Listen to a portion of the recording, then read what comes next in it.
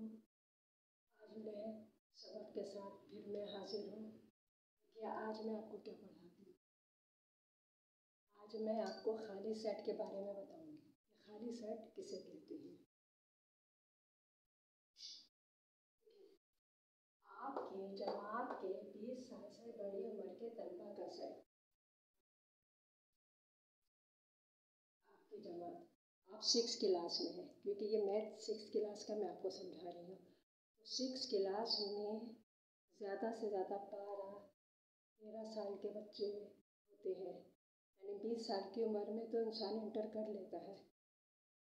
तो आप इसको खाली सेट भी कह सकते हैं, क्योंकि 20 साल की उम्र के तलबा और तालबात जो है वो 6 क्लास में नहीं होते, छोटे बच्चे होते हैं।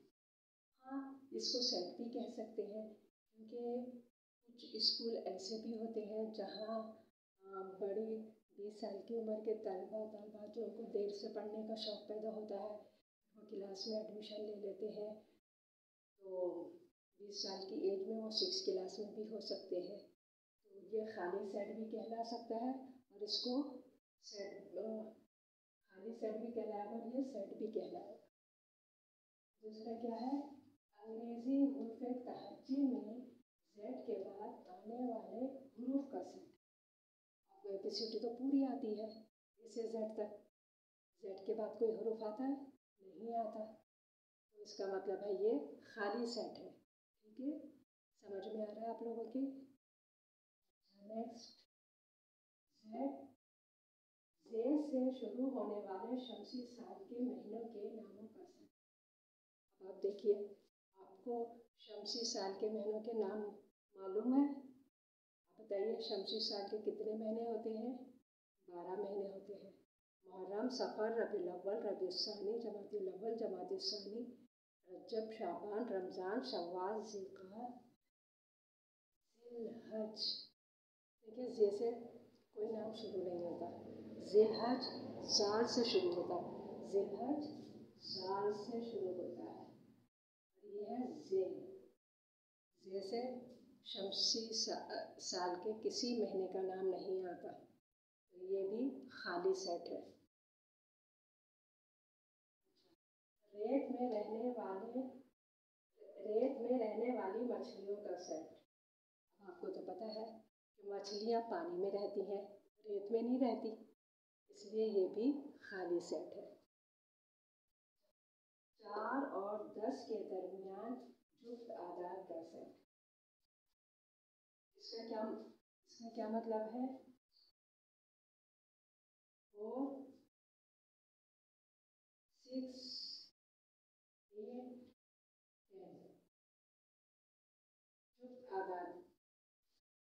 जुफ्त आदाद आपको मैं बार बार समझाती रहती हूँ। इस तरह के जो वर्ड्स आते हैं वो मैं आपको बार बार रिपीट करती हूँ, ताकि आपके जहन में बैठ जाए। जुफ्त आदाद किसे कहते हैं? जो 2 पर पूरे पूरे डिवाइड हो, जिसको 2 से पूरा पूरा डिवाइड किया जा सके, वो जुफ्त आदाद कहलाते हैं। जैसे इसमें से कोई एक नंबर ले लीजिए, 6 ले लीजिए। 6 लीजिए, 6 को आप 2 से डिवाइड कीजिए। 2 3 ज़ा 6।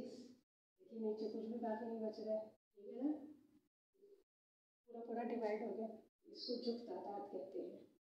जुफ्त आदाद किसे कहते हैं? जो 2 पे पूरा पूरा डिवाइड हो जाए। और जुफ्त आदाद किससे शुरू होते हैं? जुफ्त आदाद 0 से शुरू होते हैं। जुफ्त आदाद 0 से शुरू होते हैं। 0 में आप 2 ऐड कीजिए तो 2 आएगा। 2 में फिर 2 ऐड कीजिए, 4 आएगा। 4 में फिर 2 ऐड कीजिए, 6 आएगा। 6 में फिर 2 ऐड कीजिए, 8 आएगा।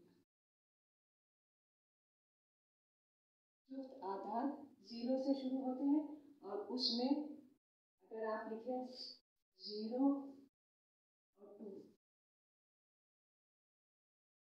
तो क्या आएगा?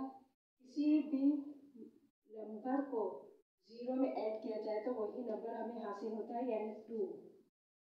2 में आप 2 ऐड करेंगे, 2 2 4। देखिए, 4 आ गया। फिर 4 में 2 ऐड करेंगे, 6 आ जाएगा। 6 में 2 ऐड करेंगे, 8 आ जाएगा।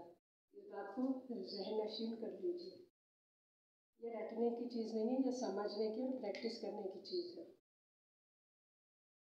ये ज़ीरो है, ज़ीरो भी एक सेट है, ज़ीरो भी एक सेट है।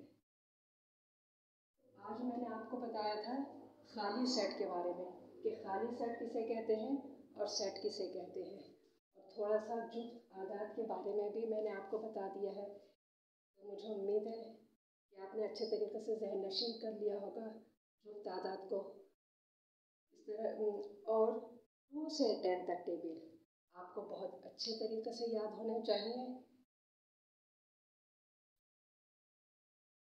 इसकी प्रैक्टिस कीजिए।